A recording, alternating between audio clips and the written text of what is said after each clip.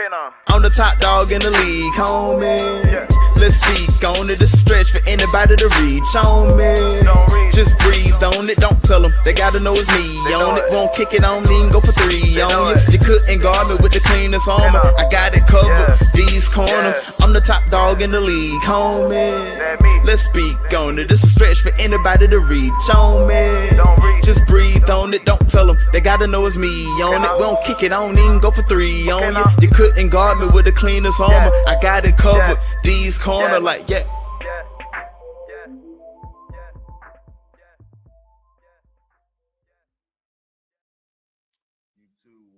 What it do? Welcome back to another episode of D's Corner. I'm your host D. We're gonna jump into the video, man. Before we do that, like, share, and subscribe. Today we got the trade deadline grades video today. Happy Veterans Day to all my fellow vets. Go get y'all a free meal if y'all can. I got the kids, so ain't going nowhere. Let's get into it, guys. Let's get into it. First up, like I said, we got trade deadline grades. First up, let's go into it. Let's go. We got the San Francisco 49ers and the Houston Texans made a trade, sending Khalil Davis from Houston to San Francisco for a 7th-round pick. Khalil Davis is a defensive lineman who's played up until being traded, played every down, if I'm not mistaken, every game with Houston. He's going to be more of a depth piece with Hargrove injury. They're dealing with San Francisco's dealing with some injuries on the defensive front. This is a good, solid pickup. Didn't cost them a lot. Going to be able to hold down the fort on that defensive front, at least until Hargrave's able to come back later on in the season. But I got to give San Francisco a B. They pulled off. It was a good trade, in my opinion. Position of need, position of value, especially right now, what we know about that defense and what this defense is usually capable with, and how that everything on that defense runs through the defensive line. I give San Francisco a B, and I give Houston a C. Houston's just able to, accumulate some draft capital here. It's not for the 2025 drafts, for next year's draft or 2026 draft. So I give them a C. Next up, we got the Detroit Lions making a trade with the Cleveland Browns, acquiring Zadarius Smith and a 2026 7th-round pick. This was one of my predictions. I anticipated Detroit going heavy after Zadarius Smith with the Aiden Hutchinson injury. He hasn't played yet. We just saw a thriller last night with them. Who did the Lions play? Just that fast. Hold on, because now it's gonna cause me a headache if I don't. But they do it. Jared Goff threw 5 interceptions. The defense still was able to make them, come hold them down for a comeback. Oh, they played the Texans. That's right, and were able to win.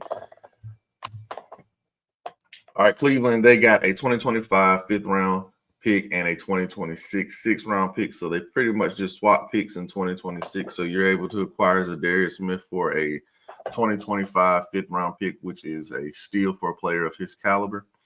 I'm going to give Detroit an A in this. I think and Zadarius Smith has another year on his contract as well, so he'll be able to help replace Hutchinson this year. And then next year, he should be able to help feed off of him.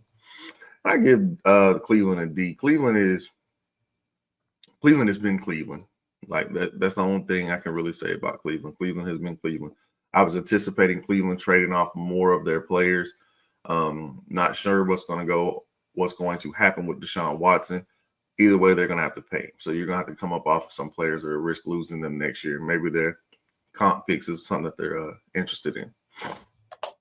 Next up, we got the Baltimore Ravens making a trade with the LA Rams.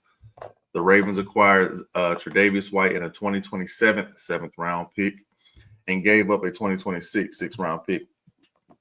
This was a move really just to kind of offload Tre'Davious White. Wasn't really making an impact with the Rams.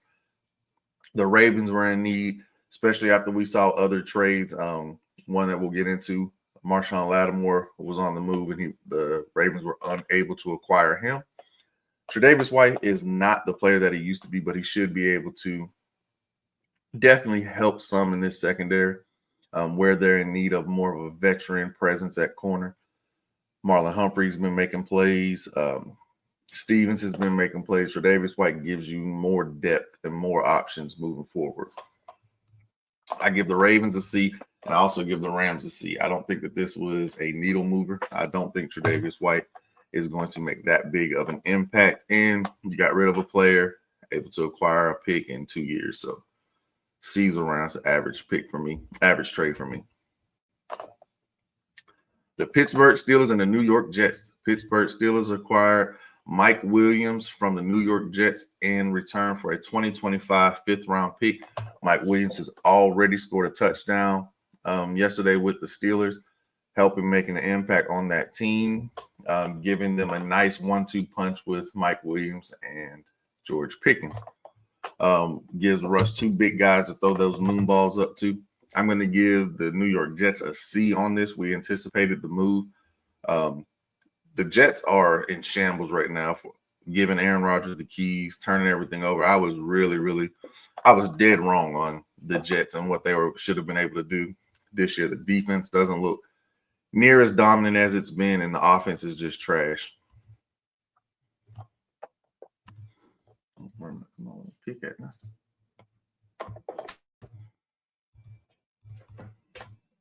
I also give the Steelers a C as well. It's an average move, but it could pay dividends down the road for Pittsburgh, especially as they get into the meat and potatoes of their schedule with all their division games coming up shortly. Again, the Pittsburgh Steelers made another trade with the Green Bay Packers, this time acquiring Preston Smith in exchange for a 2025 seventh-round pick. Now, Pittsburgh, I love this pick. I love this trade. You already have Highsmith and TJ Watt. Preston Smith allows scheme versatility. He can rush over the nose. He can rush from the middle. He can rush from the edge. It really just is going to boost up that Pittsburgh front. Still got Hayward up there causing havoc. This is definitely going to be a big play move, especially for down going into the divisional games or the divisional games. So they still got to play Baltimore, Cleveland, as well as Cincinnati. Preston Smith definitely is going to help this defense out. I give the Steelers a B+ on this as well. I give the Green Bay Packers a C. This was more of an offloading of Preston Smith. Their edge rushers are now younger, for the future. I really liked Preston Smith's first few years in Green Bay. It was talks of him possibly being traded last year, just based off production and some injury times and whatnot. But here with Pittsburgh, he should be able to flow into more of a rotation. Like I said, this is led by TJ Watt. We know TJ has gotten hurt late in the seasons the last couple of years. Maybe this is a move to help avoid that. Next up, we got the Washington Commanders and the New Orleans Saints. Washington gets Marshawn Lattimore and a 2025 fifth-round pick. The New Orleans Saints get 2025 third, fourth, and sixth-round picks. So they got 3 picks for Marshawn Lattimore, who is still injured and dealing with a hamstring injury. But that says to what the player can be once he's on the field. This is a position of need for the Commanders. I think Dan Quinn definitely has his number one corner now. This is a guy who can travel. This is a guy who can play. And based off what Dan likes to run, he should be able to sit in some zone and see the ball. Definitely get his hands on the ball and make some turnovers. We know that's what Dan Quinn defenses are great at, is turning the football over. I'm going to give Washington a B+ on this. I really like Marshawn. I really like Lattimore in general. Once he's on the field, he is one of the top tier corners. The issue is for injury, but we'll see how that plays out moving forward. Overall, I like this. And up until yesterday, they were first in their division. So Lattimore is definitely going to be able to come in and help secure this team a playoff spot. And I give a B for the Saints as well. The Saints will be in rebuild mode next year. They've already fired Dennis Allen. Accumulating 3 picks is an extremely good haul for especially a player who's injury prone, who's hurting your cap, and is definitely going to not be in your plans for the future. This just makes too much sense for both teams. I really, really, really like this. This is probably my favorite trade. The Dallas Cowboys made a trade for Jonathan Mingo and a 2025 7th-round pick. They traded to the Carolina Panthers for a 2025 4th-round pick. Yes, that is a 4th-round pick this year. Jonathan Mingo, who has 0 statistical receptions, yards, and everything. He was inactive his first game for the Cowboys. Why make this trade? Dak is now on IR for the season with a torn hamstring. And if I'm not mistaken, I've seen multiple reports to say that he needs surgery and that he may not want surgery, may look to get another opinion. But Mingo has not produced anything since being in the NFL. I guess you could say it's because he's been in Carolina.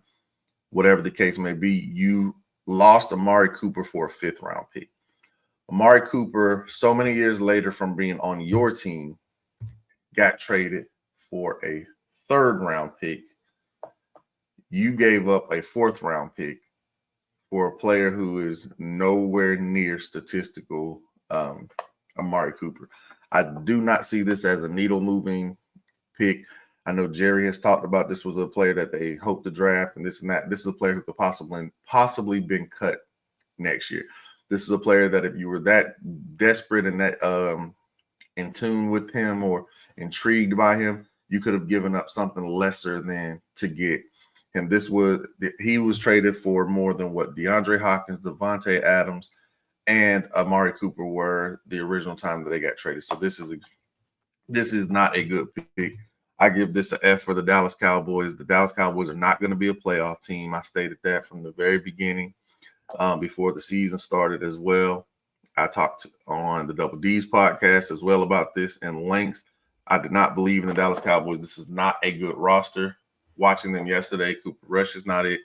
Trey Lance does have some running ability, but we already knew that. But this is not a good football team. And I give a C to the Carolina Panthers. They pretty much, in my opinion, you fleeced them. This is a way to start trying to get back some of the draft capital that you were fleeced out of when you made the trade for the #1 pick to get Bryce Young. Cincinnati Bengals also made a trade with the Chicago Bears, acquiring Khalil Herbert for a 2025 7th-round pick. Zach Moss is injured. I think, if I'm not mistaken, he has a neck injury, could be potentially career-ending or career-threatening, if you will. It's definitely season-ending. So going out and getting Khalil Herbert was a position in need, a talented young running back. He did struggle in his first snap, if I'm not mistaken. He got a fumbled, and then he was out of the ball game. But Chase Brown needs a complimentary back with him, someone to be able to, take the load off of him, as he's been the workhorse back since Moss has gone down. And the Bears are just acquiring picks. I don't think Eberflus will be back next year, so you do want to continue to build around Caleb. You're possibly going to lose some of your weapons. Maybe Keenan Allen. If I'm not mistaken, he's a free agent. This defense is set. How well they have played, how undisciplined they've been the last couple weeks, starting with the Hail Mary, is really kind of what threw everything off with this team. But I think this team should be in good hands, getting a better coach moving forward, someone else to help actually grow and develop Caleb. I give the Bengals a B, and I give the Bears a C. I think this was a decent pick for both teams. And my last trade, the Arizona Cardinals acquiring Baron Browning from the Denver Broncos for a 2025 6th-round pick. I like Baron Browning. I think Baron Browning put on a show last year for the Broncos, and I think adding him to an unexpected NFC West leading Arizona Cardinals at the moment, this defense needs edge rush. They need to be able to pressure the quarterback. They have some injuries, but Baron Browning can come in and do just that. Come in and help that defense. It's more talented than what people think. It's still lacking some pieces, but I really like this move. I give the Arizona Cardinals a B. I give the Denver Broncos a C for this trade. That was the end of the video for the trades deadline, grades, everything. Guys, I forgot to mention it. Please do me a favor, like, share, and subscribe. It means a ton to me. It does and cost you nothing. So I truly, truly, truly appreciate it. You guys have a good one. Again, happy Veterans Day to all my fellow vets. Y'all have a good one. Spazzing on the beat, they think I'm crazy. Got it under control, babe. You don't want smoke, all you see is the same. LB tapping, keys in making waves. Ayy. Step back, keep your distance. Ain't no telling what I just may do. I been vibing, minding my business. Throw one up if you can relate to. Said if I ain't got it, I make do. Can't be stuck waiting on a breakthrough. And I don't need everybody praying for me. Ain't no telling who you niggas pray to.